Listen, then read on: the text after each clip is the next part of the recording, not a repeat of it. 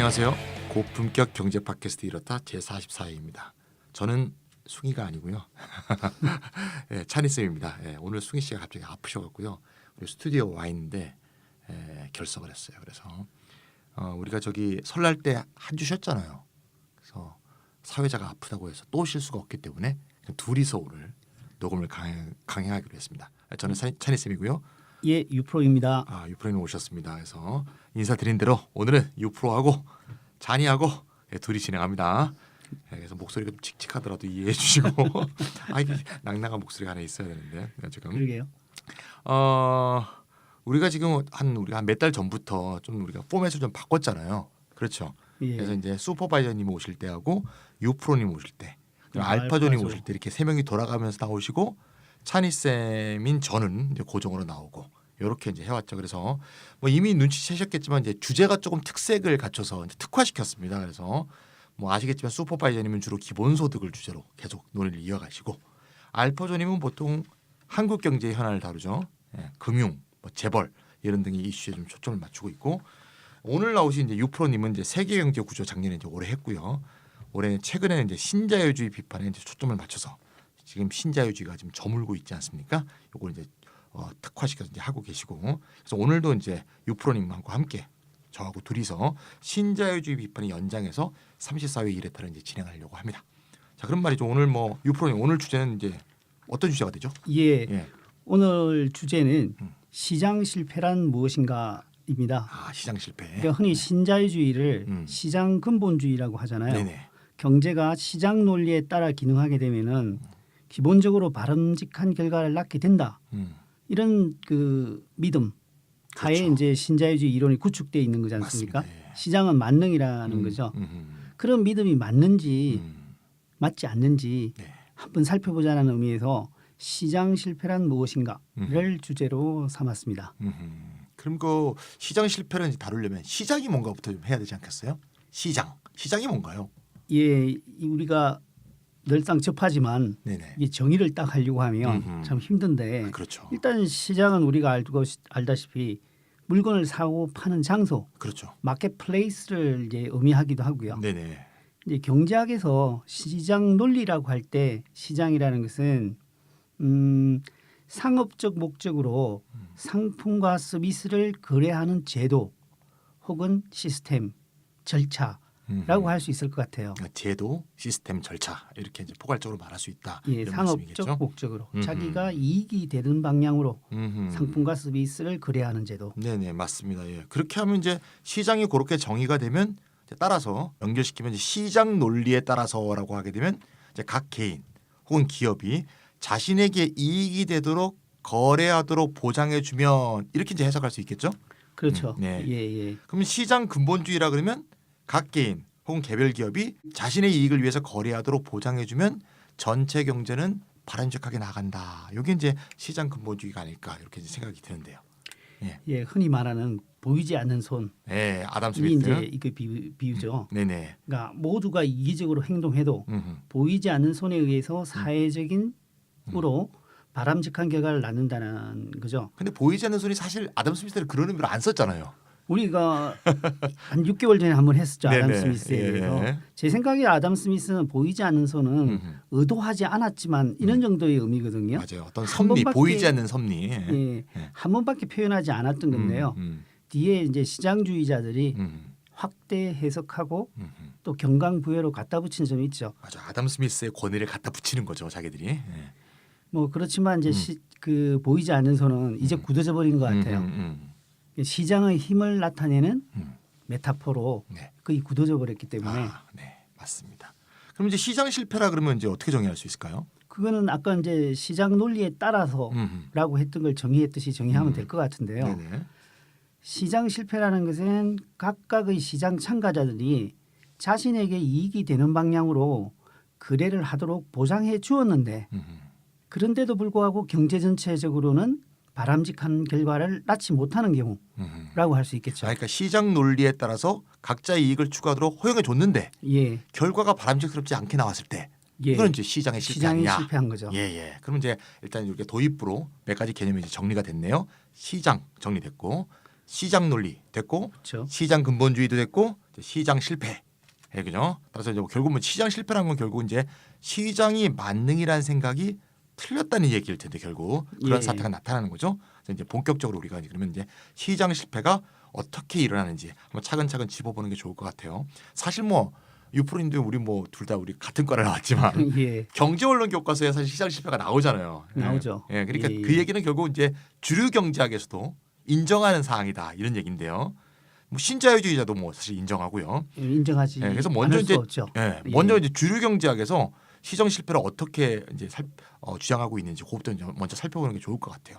예, 첫 번째로 이제 얘기할 수 있는 거는 이제 사람들에게 효용을 많이 주는 예. 가치 있는 상품과 서비스인데도 기업이 생산하기에는 좀 인센티브가 부족한 유인 동기가 부족한 그런 거를 이제 아마 경제 언론에서 제일 먼저 나오는 것 같은데 예를 들면 소방서, 치안, 국방, 가로등, 뭐 공원, 뭐 도로, 뭐 다리, 뭐 항만 이런 거 이런 공공재에 대해서 좀 많이 얘기하는 것 같아요.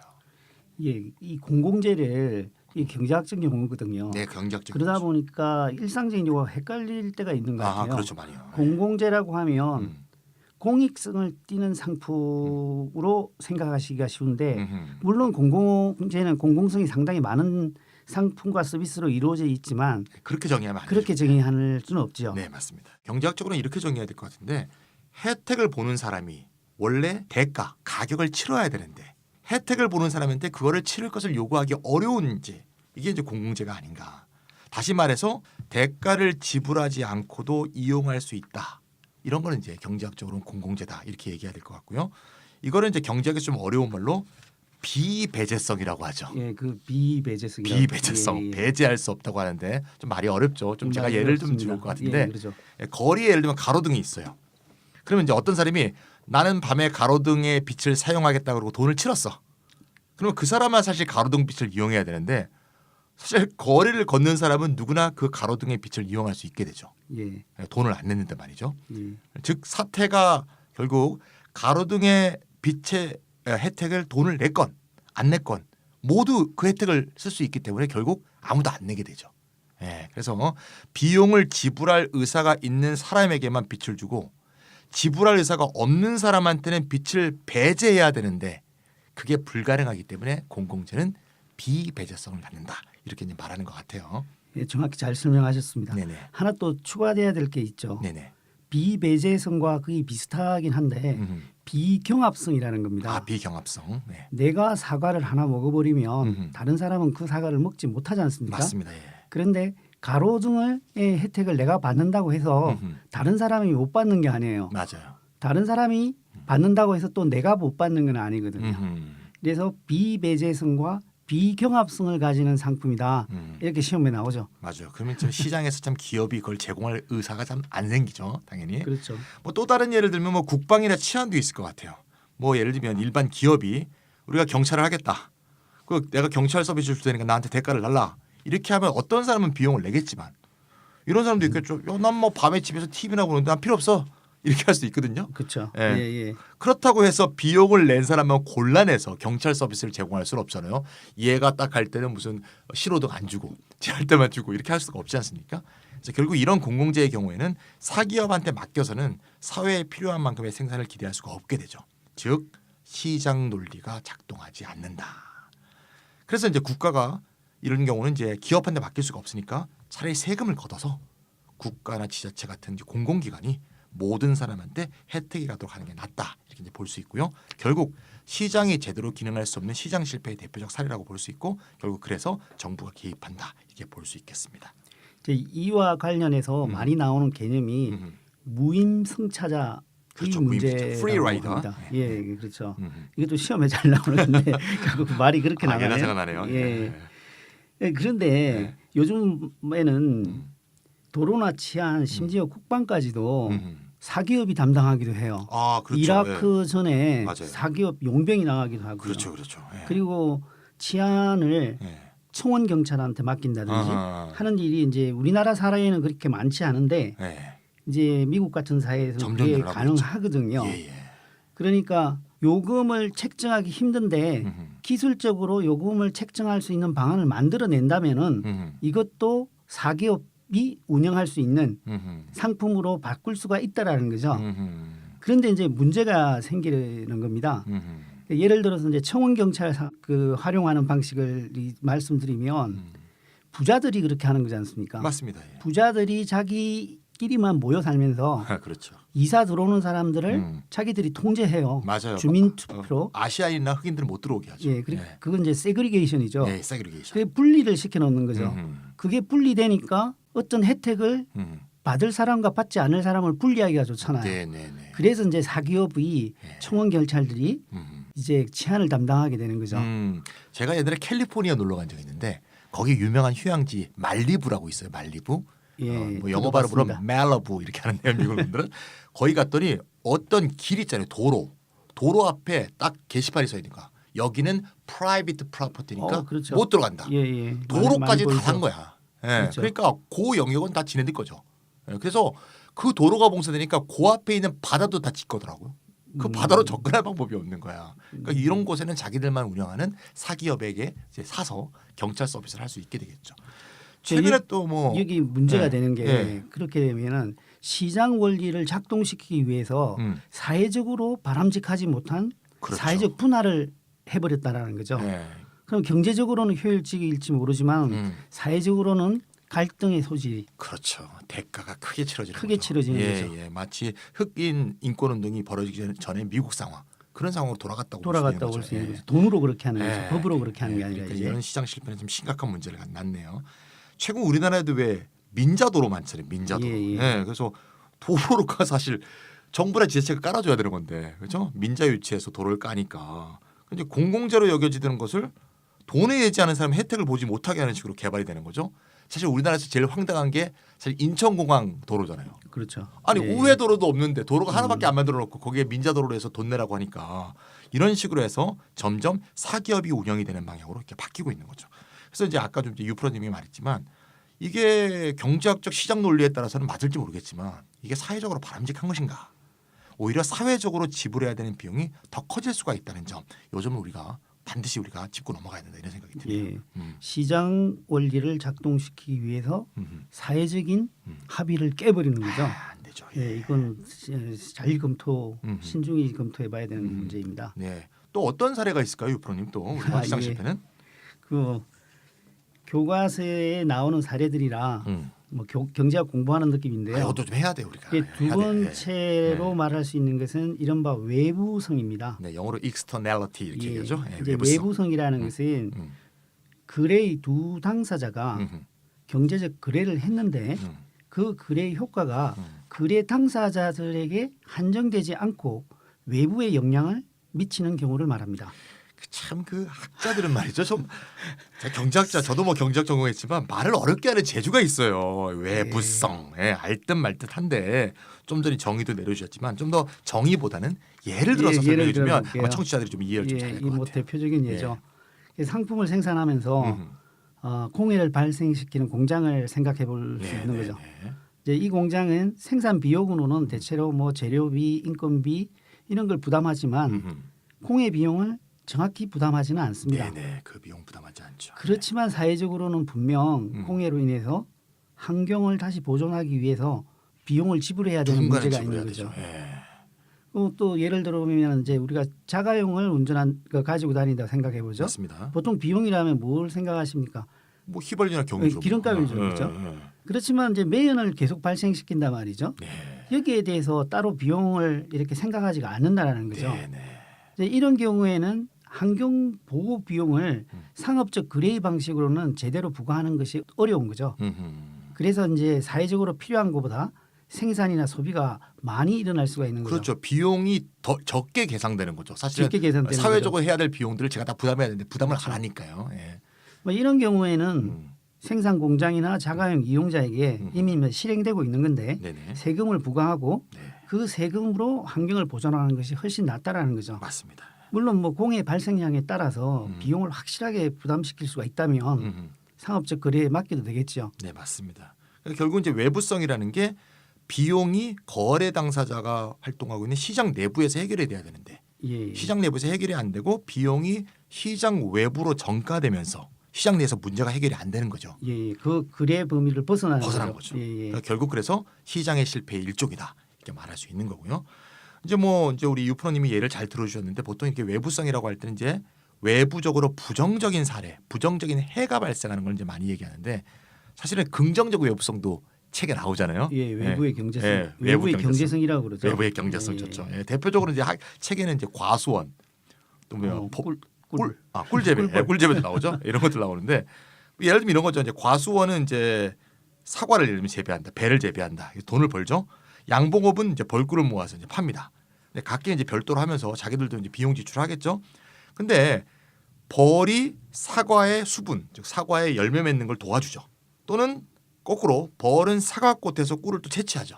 그렇죠. 그럼 결국은 과수원 주인과 양봉업자는 서로 그 사태에 대해서는 비용을 지불하지 않으면서 그 혜택은 서로 다 이제 받게 되는 그런 긍정적 외부성, 외부적 경제성 이런 것들이 이제 나타난다고 볼 수 있고요. 그래서 다시 말해서 이제 뭐 대가를 지불하지 않은 이익, 이제 외부적 이익이 생기는 건데 이런 경우에는 이제 오히려 외부성이 사회적으로 바람직한 결과를 가져올 수도 있는 거죠. 근데 어쨌건 이것도 시장의 입장에서는 시장의 실패 아니겠어요. 네. 시장의 실패죠. 네. 이제 근데 이제 공공재하고 외부성 이제 두 개를 음. 사례를 들었는데 네네. 공통점이 있는 것 같아요. 그렇죠, 있죠. 예, 예. 예. 이게 모두 다 이제 속성은 다르지만 개별적인 상업 거래로서는 혜택, 즉 편익과 대가, 즉 비용을 정확히 매기기가 어렵다라는 이제 특징이 있는 것 같아요. 그러네요. 공공재도 그렇고 네네. 외부성의 문제도 이유는 그렇고요. 다르지만 결과가 예. 같네요. 예. 자, 상업적 거래는 현금 박치기거든요. 음흠. 혜택 받는 것만큼 정확히 줘버린다면은 음흠. 우리는 이제 시장 거래로서 문제를 해결할 수가 있습니다. 맞습니다. 그런데 그게 잘 책정 안 된다라는 거죠. 우리가 이제 여기까지 이제 공공재하고 외부성 얘기했는데 사실 뭐 또 하나 더 얘기를 드리면 이제 독점이죠. 우리가 이제 독점이 시장 실패라는 건 사실 많은 사람들이 알고 있지 않습니까? 그렇죠. 네. 예, 우리가 또 흔히 접하는 문제고요. 근데 이론적으로 설명하려면 이게 쉽지가 않아요. 이게. 얘기 좀 쉽지 않아요. 예.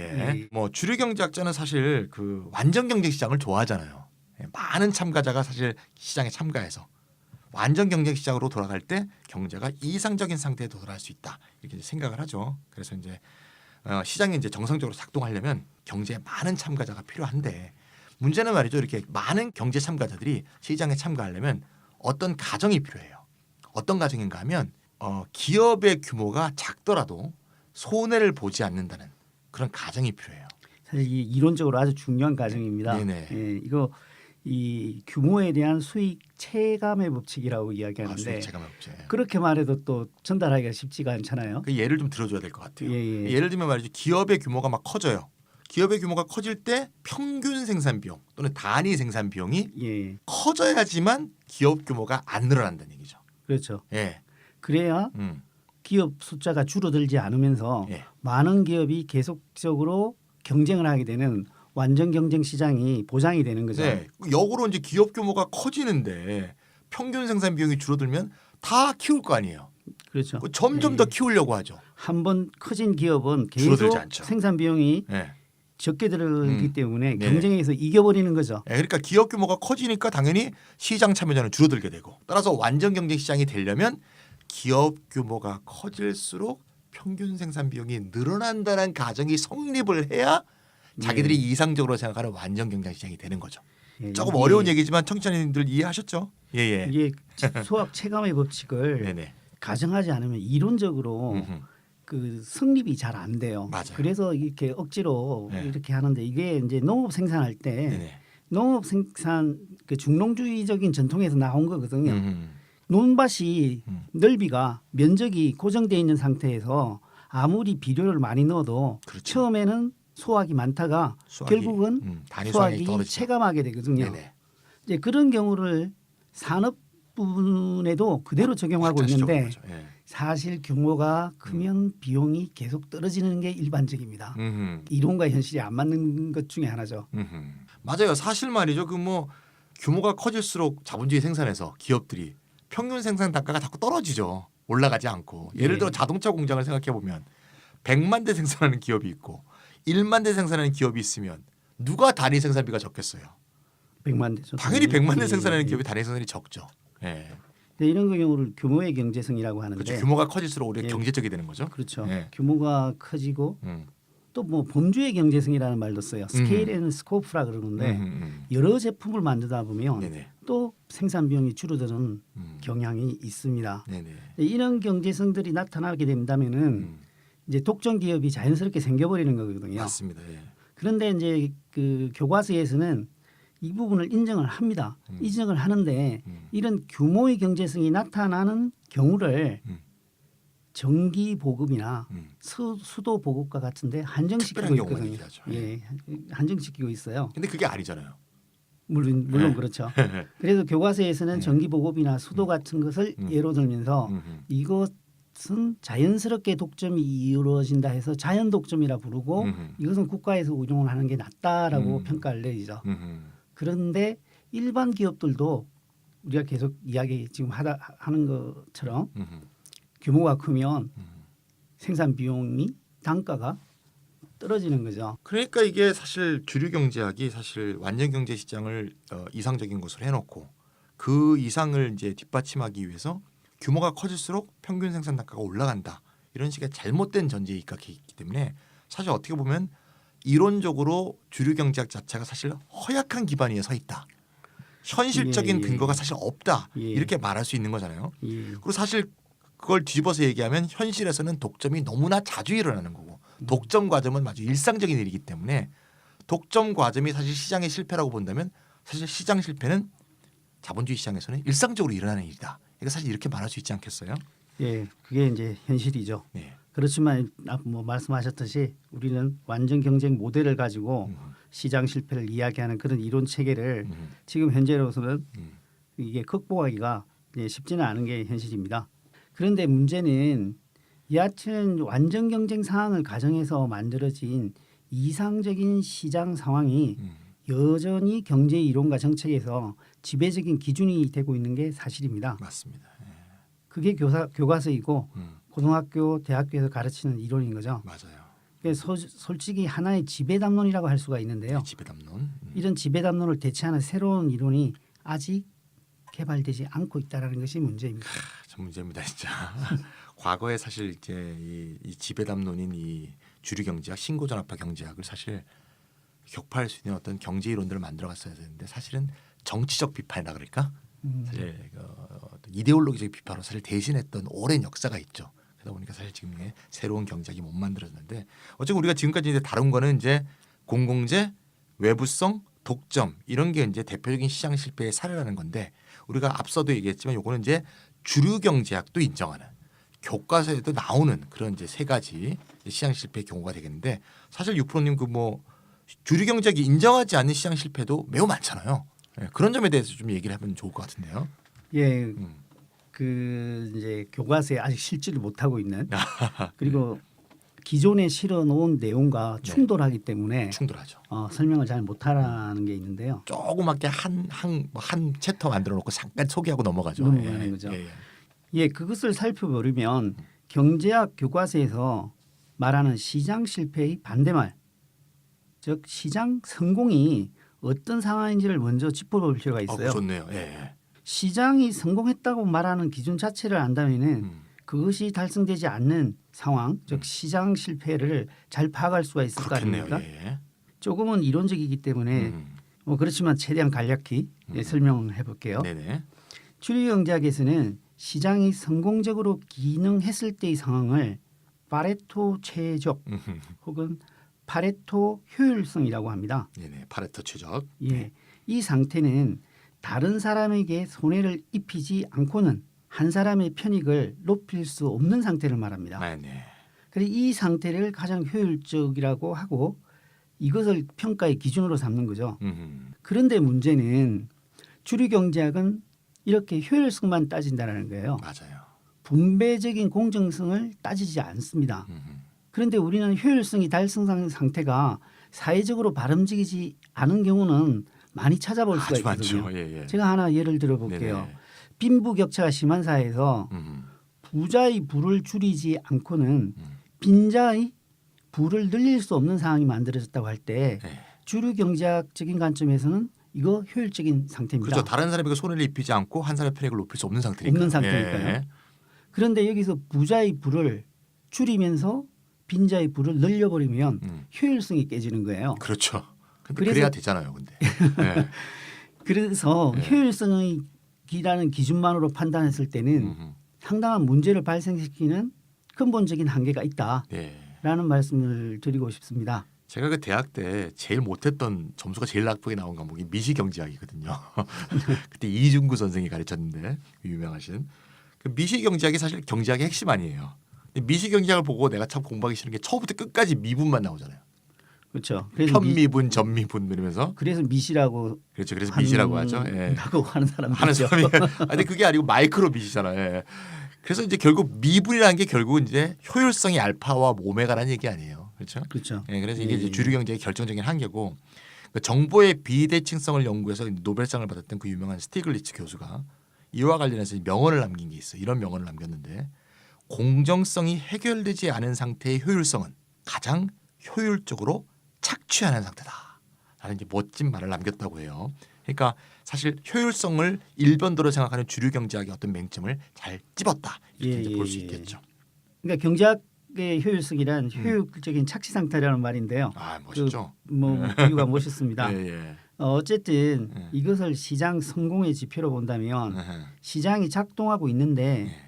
효율성이 이루어지지 않는 예. 일체의 상태를 시장 실패라고 현재로는 정의하고 있죠. 아 그렇죠. 그러니까 효율성이 안 이루어지면 결국 시장 실패다. 이게 우리가 이제 시장 실패를 넓게 볼 수 있다는 거죠.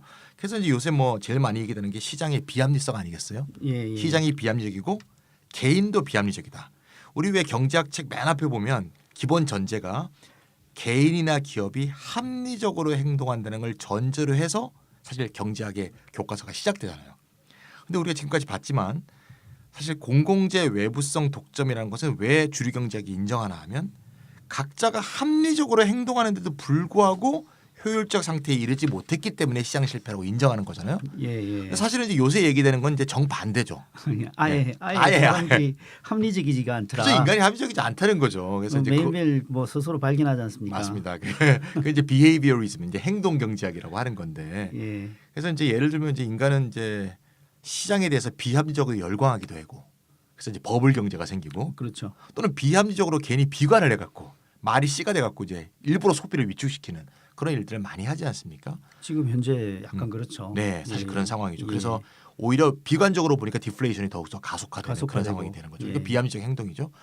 또 많이 얘기되는 게 이제 우리가 은퇴를 하게 되면 이제 벌이가 없으니까 은퇴 후에 먹고 살 거에 대해서 사실 계획을 잘 세워야 되잖아요.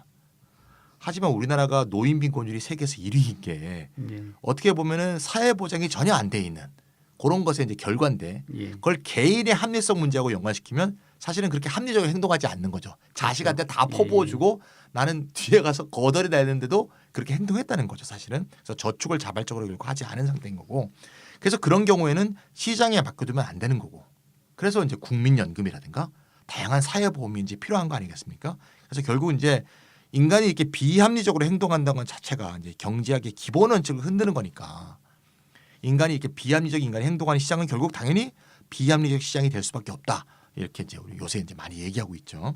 네, 지금 막 그 찬희쌤이 국민연금 말씀하셨는데 네네. 국민연금과 관련해서는 참 지적할 주목해야 될 점이 상당히 많습니다. 많죠. 예, 정부는 일부 국민들이 자기 삶을 독자적으로 유지하기 힘든 경우 가만히 있을 수는 없지 않습니까? 맞습니다. 정부는 그런 처지에 있는 사람을 구제해 줘야 되거든요. 음흠. 뭐 이것도 외부성이라고 하더라고요.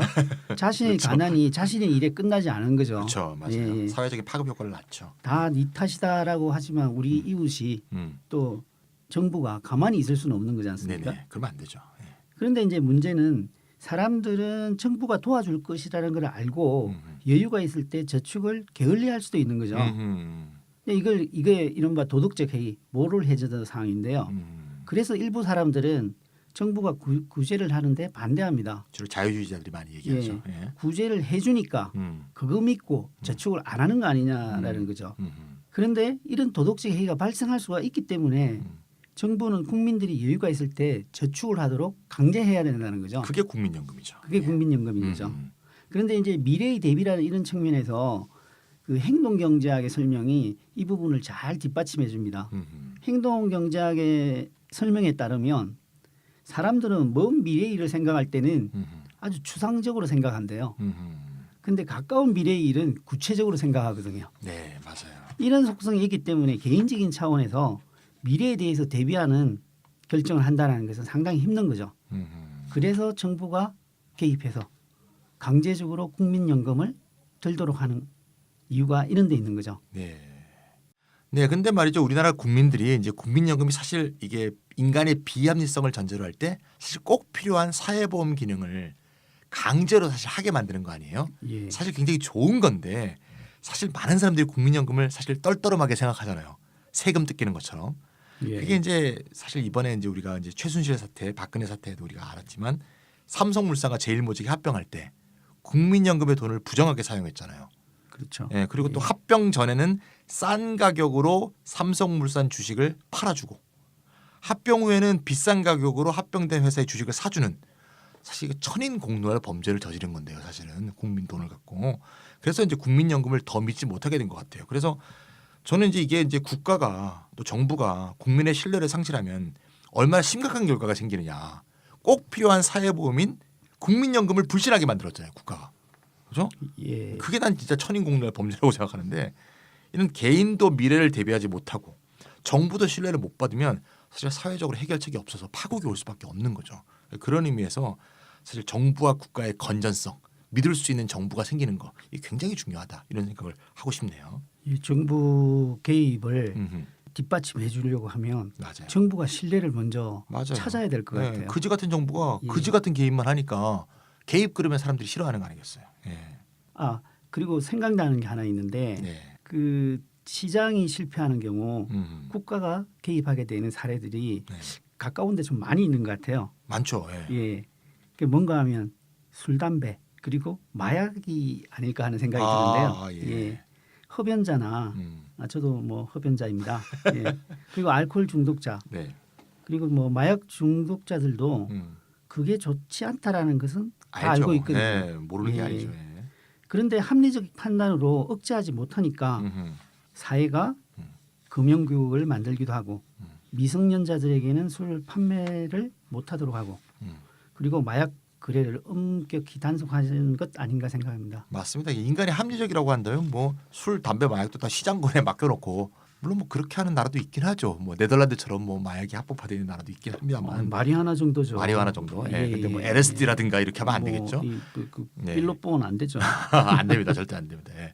술, 담배, 마약에 대한 규제도 사실 분명한 시장 실패를 보여주는 사례라고 볼 수 있을 것 같아요. 그래서 저는 이제 이 시장 실패 이것도 매우 우리가 일상에서 많이 보는 사례고요. 그렇죠. 따라서 시장 예, 실패를 예. 극복하기 위한 정부 규제 이것도 예외적인 것이 아니라 우리 생활에 녹아 들어가 있는 굉장히 일반적인 사례다라는 것을 우리 청취자분들이 잘 인식하실 필요가 있다 이런 생각이 듭니다.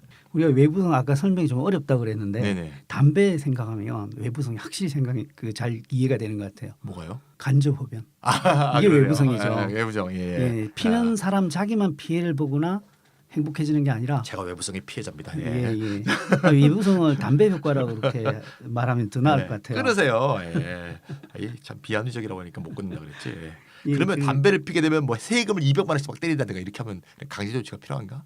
어쨌거나 그런 것도 시장 실패를 보완하는 규제의 한 일종일 수 있겠죠. 예, 바른 규제인지 아닌지. 예, 바른 규제가 아닐 수도 있어요. 담배값만 올려갖고 세금만 많이 걷었죠 지금. 근데 이제 외부성 이야기가 나왔으니까 외부성 이야기 좀 해보면 사실은 외부성 없는 게 과연 있을까 하는 생각이 들 정도로 그렇죠. 외부성은 참 많은 것 같아요.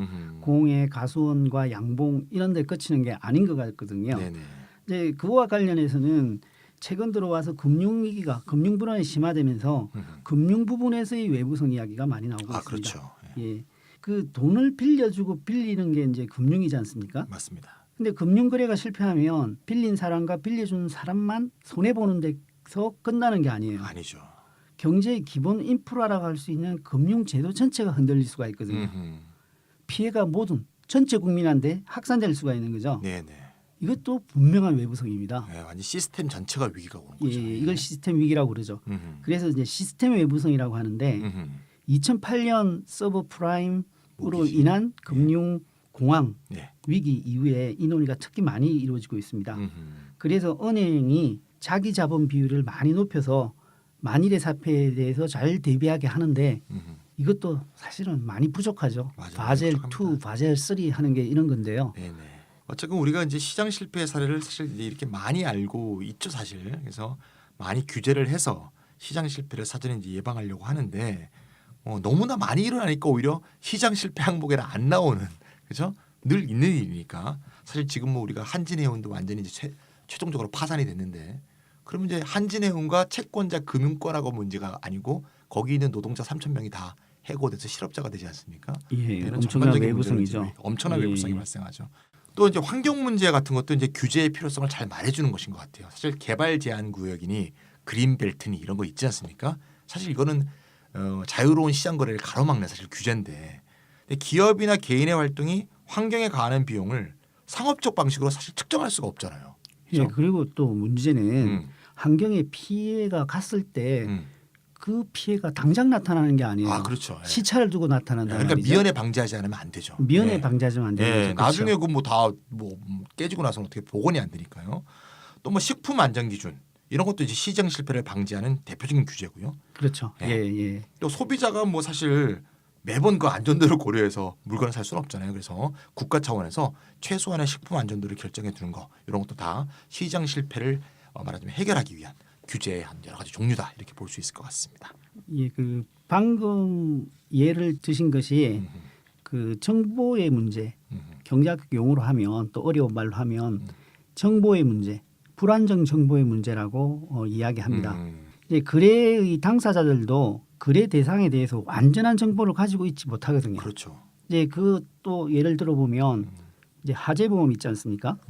화재보험을 완전히 시장 논리에 맡긴다면 어떤 식으로 돼야 되는가 하면은 화재보험사가 화재 예방이 잘 돼 있는 사람들에게는 그 건물에 대해서는 보험료를 싸게 받고 예방이 안 돼 있는 곳에서는 보험료를 비싸게 책정하면 이게 바로 이제 시장 논리에 따라 하는 거거든요. 그런데 문제는 화재 발생 가능성을 그 확률을 정확히 측정해서 그걸 보험료로 산정할 수가 없는 거죠. 없죠. 예. 그 보험사가 그 정도로 정확한 정보를 수집할 수가 없는 거죠. 그래서 공식적으로 식품 안전도와 유사하게 화재 안전 규정을 만들어서 강제하고 있는 거죠. 그리고 이제 얼마 전에 보니까 음주 운전 시에 사고가 났을 경우에 보험회사는 보험금을 지불할 의무가 없다라고 이렇게 판결을 내렸더라고요. 그래서 이제 화재보험 같은 경우에 관련 규정을 위배하면 보험사는 보험금을 지불하지 않는 거죠. 이거는 엄격히 보면 시장 논리는 아니에요. 맞아요. 기준을 만들어 가지고 규제 조항을 만들어서 상업적 거래를 하게 만드는 거니까요. 네네. 그러니까 이게 우리가 이제 화재를 지금 대표적인 예로 이제 정보의 부족, 불안전한 정보의 문제를 얘기하셨는데 우리가 아까까지 얘기했던 외부성으로도 설명할 수도 있어요. 그죠? 화재가 나면 이제 아파트 301호에서 화재가 났다. 그럼 302호도 끌리고 303호가 탈 수도 있고 그렇네요. 화재로 인해서 무슨 뭐 배기가스에 문제도 생기고 그러니까 결국 그런 문제 측면에서도 관련 규정을 엄격하게 적용하는 것이 아닌가 이런 생각이 드네요.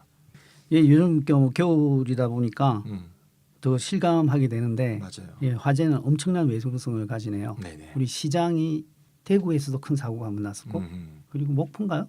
그래서 한 사고가 났었죠. 네네. 근데 외부성과 관련해서 조금 이야기를 못해야 될 것 같아요. 네. 아까 이제 경제적인 문제로서는 금융 부분인데요.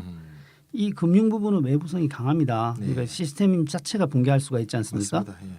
그래서 이제 정부는 소규모 은행 도산은 가끔 허용은 하지만 대규모 은행 도산이 일어날 것 같으면 이거 경제 전체가 무너질 수가 있기 때문에 맞아요. 보통 살립니다. 네. 예. 어쩔 수 없이 살릴 수밖에 없어요. 리만 브라더스는 파산시켰지만 사실 골드만삭스는 살렸잖아요. AIG도 살렸죠. 네, 보험회사지만. 예.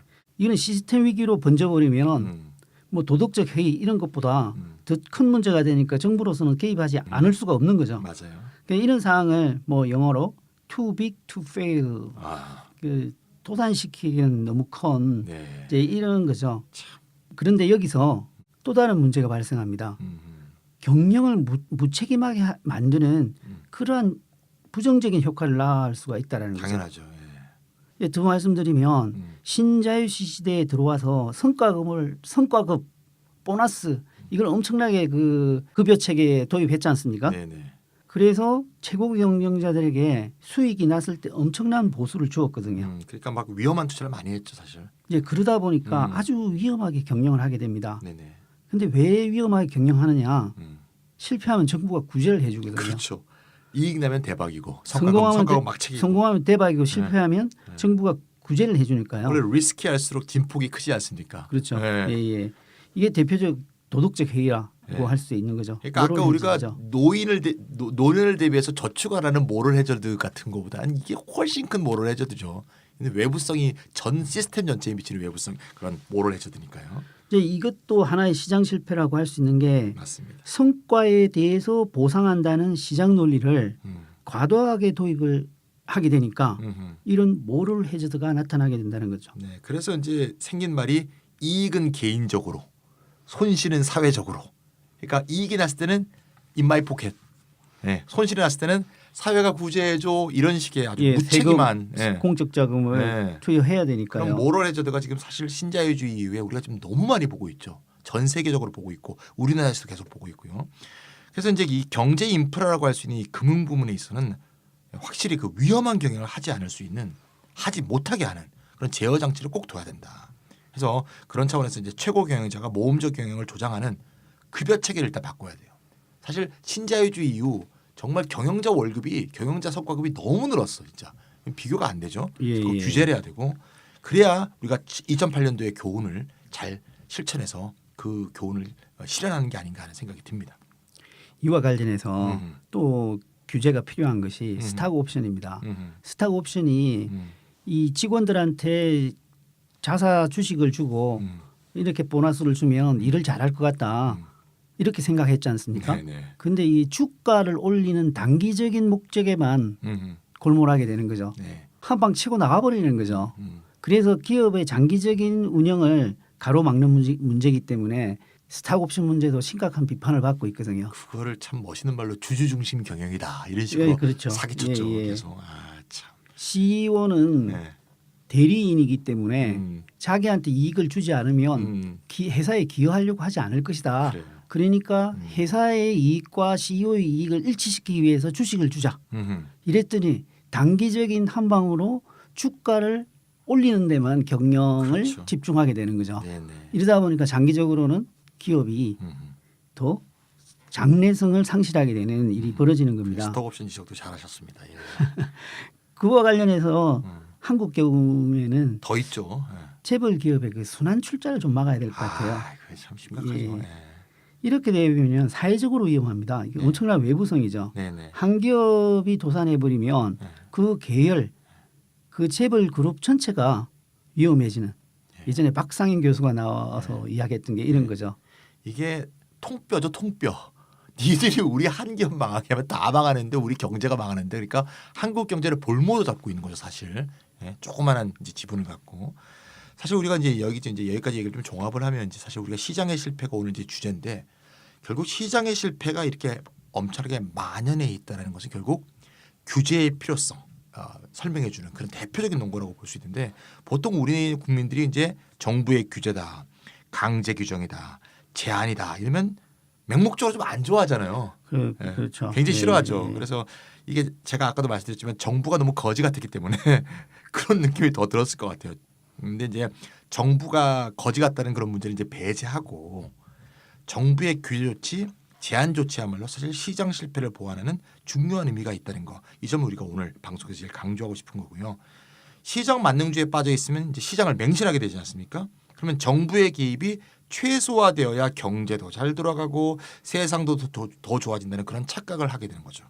사실 우리나라 사람들 중에 이런 착각에 빠져 있는 사람들이 굉장히 많아요. 우리가 특히 MB 정부 때부터 네네. 뭐 뽑으러 갔죠 그때? 전봇대 뽑으러 다니면서 규제를 완화하면은 경제가 다 잘 살 것처럼 잘 될 것처럼 이야기해 왔지 않습니까? 네네. 사실 일반적으로 일반인들도 규제를 좀 좋아하지 않을 가능성이 많아요. 우리 운전사들, 택시 기사 아저씨들이 빨간 신호등에 걸린 거 좋아할 리는 없거든요. 그렇죠. 그렇다고 해서 빨간 신호등을 없애버리면 도로가 통행이 되지를 않습니다. 네, 사회적 비용이 훨씬 커지죠. 사회적 비용도 그렇고 개인적 비용도 결국은 택시는 더 돈을 못 벌게 되죠. 못 벌게 되는 거죠. 좋은 규제를 좀 이렇게 교통 규제와 같은 걸로 좀 이해할 필요가 있다. 네. 생활에 녹아들어 있는 우리의 뭐 생활 패턴처럼 생각을 해야 된다라는 거죠. 맞아요. 그러니까 사람들이 좀 잘못 생각해서 그런 시장 만능주의적 사고에 빠지는 건 그래도 좀 이해할 수 있어요. 근데 나쁜 의도를 가지고 그런 주장을 하는 사람들이 있다는 거예요. 예를 들면 대표적인 게 시장 지배자들. 사실 시장을 지배하고 있는 자본 권력, 그 자본 권력의 대변자들, 하수인들, 무슨 경제신문들, 뭐 자유경제원 이런 놈들이 사실은 다 알면서 의도적으로 그런 이데올로기를 조장하는 건 나는 이건 꼭 지적해야 된다고 보는데 우리가 저번에도 우리 20대 국회 1호 법안으로 상정된 규제 프리존 얘기했잖아요. 예. 네, 규제를 철폐해라, 시장에 맡겨라, 경제에 협조하라 이렇게 이제 부르짖는 사람들은 다 사실은 시장의 실패에서 이익을 보는 자들이다. 저는 이렇게 얘기하고 싶어요. 그러니까 공공재 이게 시장의 실패잖아요. 근데 공공재가 이 시장의 실패로 대표적인 사례인데 이거를 시장 사유재로 만들어서 이익을 보려는 놈들. 사실 의료 같은 거, 사실 뭐 지금 뭐 철도 같은 거 이런 것도 다 민영화해서 이익을 보려고 그러잖아요. 또는 외부 비용을 책임지지 않으면서 이익을 내려는 자본들, 또는 독점을 해서 시장을 독점해서 단물을 빨아먹으려는 그런 자본의 이데올로기가 이런 규제 반대 일반론으로서 이게 쭉 자꾸 퍼지는 것이 아닌가 이런 생각이 듭니다. 예, 저는 뭐 이런 거 보면서 요즘에 이제 대선 후보도 공약들도 가끔 보는데 네네. 규제를 하면 경제 활력이 떨어질 것처럼 인식하는 것 같다는 느낌을 좀 받아요. 아, 요새 그런 거 특별히 많이 얘기하는 무슨 예비 대선 주자가 있죠. 예, 경제 활력은 안모 씨. 잘 정비된 게임 규칙 네. 속에서 가능한 거죠. 맞아요. 예. 예, 규칙이 없으면 개판이죠. 예. 그게 이제 정부의 정확한 규제 기능이 필요하겠고요. 이제까지 논의를 한번 정리해 보면 우리가 이제 이렇게 정리할 수 있겠네요. 시장 실패 사례로 주류 경제학에서 인정하는 세 가지 유형. 첫 번째는 국방 치안 같은 공공재 생산. 둘째는 이제 공해 뭐 이런 것 같이 거래 결과가 당사자에게 제한되지 않고 외부적인 효과를 갖는 외부성 문제. 예. 셋째는 독점 형성 이렇게 됐고요. 예. 그다음 이제 우리가 얘기한 거는 이런 교과서에서 얘기되는 세 가지 유형 말고도 다른 유형의 실패가 있다. 대표적인 것은 비합리성. 그렇죠. 예, 경제 이론이 전제하는 것과 달리 사람은 합리적으로 행동하지 않는다 이런 얘기했고요. 또 다른 중요한 것은 이제 아까 유프로님이 많이 말씀하셨죠. 정보의 불안전성으로 인한 이제 시장 실패. 사람의 정보는 불안전해서 거래 대상이 주는 혜택과 비용을 정확히 계산할 수 없다. 그래서 시장 거래를 통해서는 바람직한 결과를 낳을 수 없는 정보의 근원적 불안전성이 존재한다. 이런 얘기도 했고요. 뭐 어쨌건 간에 이제 우리가 시장 논리만 맡기지 않고 정부가 직접 운영하든지 정부가 규제를 가하는 게 더 바람직한 결과를 낳을 수도 있다. 이런 식으로 이제 한번 정리하고 넘어가는 게 좋을 것 같습니다. 지금 뭐 교과서에서도 강범위하게 이제 시장 실패를 인정하고 있기 때문에 네네. 시장이 완전하다라고 노골적으로 주장하는 사람은 그렇게 많지는 않습니다. 맞습니다. 예. 그러니까 실제 논의는 어떻게 이루어지는가 하면 시장이 실패한다고 해서 정부가 개입한다고 다 잘 되는 건 아니다. 정부가 낫다는 법이 뭐 있냐? 예, 예. 그렇죠. 예. 정부 실패가 또 있다라는 거죠. 근데 이 주장은 상당히 설득력 있고 맞습니다. 그럼요. 예. 정보의 비대칭성이라든지 외부성이라든지 이런 것들이 정부가 한다고 해서 외부성이 없어지거나 정부의 불안전성이 없는 것도 아니죠. 정부가 예. 그렇거든요. 예. 그래서 이제 결국은 신념과 신념의 대결인데 신자유주의자들은 시장 실패는 그래도 그렇게 심각하지가 않다. 정부가 실패해버리면 아주 심각하기 때문에 시장 실패를 알지만 시장에 맡겨야 된다는 거고요. 네, 그게 그 반대쪽에 있는 예. 사람들은 시장의 실패, 시장을 고삐 풀린 망아지처럼 놔줘버리면 사회적 폐해가 엄청나다. 여기에 대해서는 좀 잘 움직이지 않는 정부라 하더라도 기준을 잡아주는 게 중요하다. 네. 이렇게 이제 논쟁이 붙고 있는 거죠. 맞아요. 이 사람 말도 맞고 저는 저 사람 말도 좀 일리가 있는데 저는 지금의 이 시점이 신자유주의 우리 40년째 이제 접어들고 있지 않습니까? 예. 이 시점에서는 시장 근본주의, 시장 지상주의 이거를 좀 더 경계해야 되는 지금 상황이 아닌가. 그러니까 시장 실패, 정부 실패를 딱 놓고 딱 논리적 차원에서 어느 게 더 크냐 그러면 사실 승부가 안 날 수도 있지만 지금 경제가 40년 동안 겪어온 것은 시장의 실패를 계속 겪어왔기 때문에 그쪽에 좀 더 큰 관심을 둬야 되는 게 아니냐 하는 관점에서 우리가 오늘의 논의를 한 게 아닌가 이런 생각이 드네요. 그래서 다음 논의 때는 음. 정부 규제에 대해서 한번 논의를 해봤으면 좋겠어요. 네네. 예, 정부가 개입한다고 다 잘 되는 건 아니지만 다 잘 되지 않는다고 해서 네. 정부는 실패하는 것이다라고 단정 지을 수는 없는 거 아닙니까? 맞습니다. 또 네. 개입의 방식에는 음. 다양한 형식이 있습니다. 음. 그런 걸 다루면서 우리가 개입이 불가피하다면 어떻게 개입하는 것이 나은 것인가를 여러 사례 이론을 중심으로 한번 검토해보는. 네. 그래서 뭐 지금 대통령 선거가 있는데 음. 여러 후보들의 음. 그 경제관, 뭐 재벌 개혁 이야기도 상당히 많이 나오긴 한데 네네. 그분들이 제시하는 안이 현실성이 있는가 음. 하는 것들을 한번 점검해 볼 수 있을 것 같아요. 네. 그럼 다음에 유프로님 또 오셨을 때는 바람직한 정부의 개입이라는 주제로 또 같이 한번 논의해 보도록 하겠습니다. 이거는 이제 대충 이제 이렇다 44회로 마칠 수 있을 것 같은데요. 저는 좀 요새 좀 갈수록 기분이 좀 안 좋은 게 도대체 탄핵 심판은 언제 하는 거예요? 언제 안 돼요? 맨날 그 여러 설이 있었잖아요. 12월 설, 1월 설 다 지나갔어요. 지금 이제 2월은 하는 거예요. 그 어떻게 생각하세요? 물론 그 임기가 만료된 네. 헌법재판소장이 이야기했던 네. 3월 네. 3월 설. 예, 그게 아. 뭐 현실이 아닐까. 그럼 다음 주에 방송할 때도 대통령은 계속 있겠네요. 대통령은 대통령이 좀 없는 상태에서 방송 좀 하고 싶습니다. 저는 나 있다고 생각지도 안 들어요. 오늘 뭐 청와대 이렇게 그 조사하러 간다니까 네. 아직도 저기 머물고 있구나 하는 네. 생각을 하긴 했는데 근데 황교안 걔는 뭐예요? 나 진짜 짜증나서. 예. 예. 이제 뭐 국회에도 이제는 안 나오겠다고 그러더라고요. 네. 예, kun한 대응으로서 이 폼을 다 잡겠다는 거죠. 네. 대권까지 꿈꾸면서. 네. 예. 그 사람은 우리나라가 어려울 때마다 개인적인 이익이 생기는 분 같아요. 그렇죠?